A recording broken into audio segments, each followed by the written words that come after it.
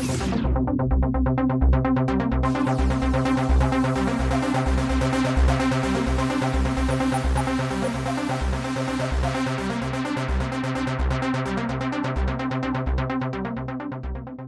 quelques minutes du coup d'envoi de la finale de la 30e édition de la CAN Guinée équatoriale 2015 qui opposera la Côte d'Ivoire au Ghana.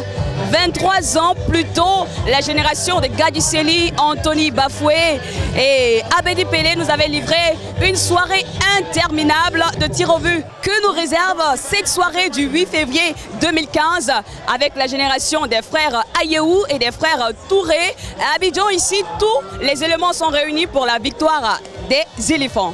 Bienvenue dans ce tout dernier numéro de ActuCAN.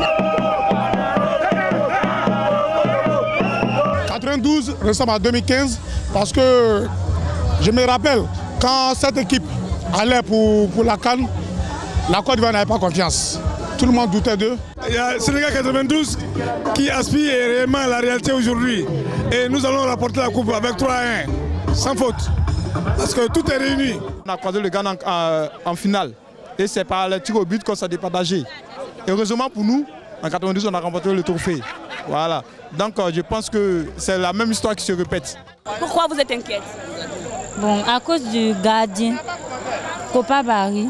Mais je voulais que mais ça soit l'autre là. Bon, c'est tout.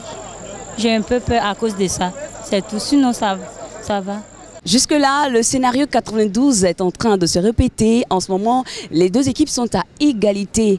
Une grosse surprise pour les Ivoiriens.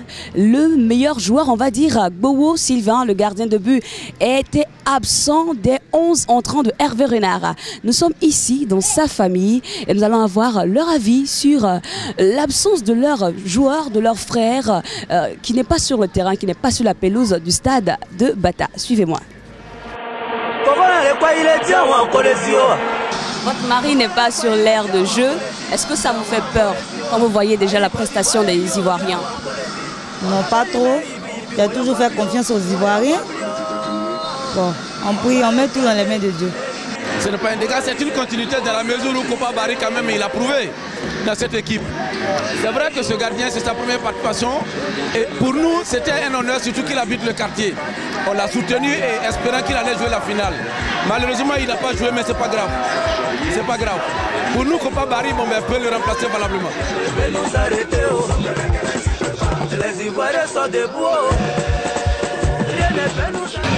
Dur, très dur cette épreuve de prolongation comme on a encore à l'idée cet épisode de 92. À cette étape encore on était à la prolongation. Mais les Ivoiriens qui sont ici à cet espace croient de pied ferme, sont sûrs que leur nation va remporter le gain de ce match. Le but de la délivrance, c'est ce qu'on attend, c'est tout. Sinon on ne peut plus, on nous sommes à bout. Le but de la délivrance, le petit but pour délivrer la nation ivoirienne, c'est ce qu'on attend.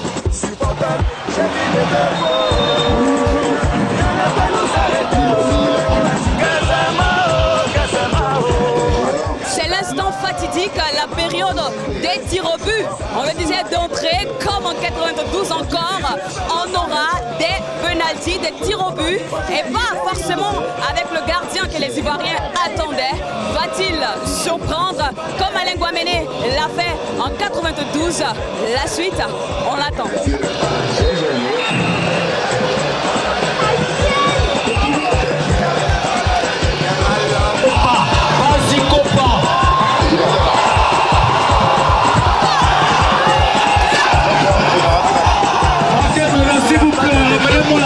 S'il vous plaît.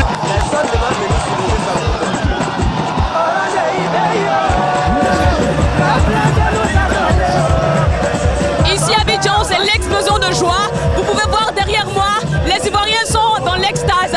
C'est l'euphorie à l'extrême. Et les Ivoiriens n'espéraient pas gagner cette coupe en voyant d'entrée le gardien Kopa Barry. Mais au final, c'est lui qui offre la 30e édition de la Coupe d'Afrique aux Ivoiriens. Merci d'avoir été nombreux à suivre ActuCAN sur Africa TV. On se dit à très vite sur les antennes d'Africa TV.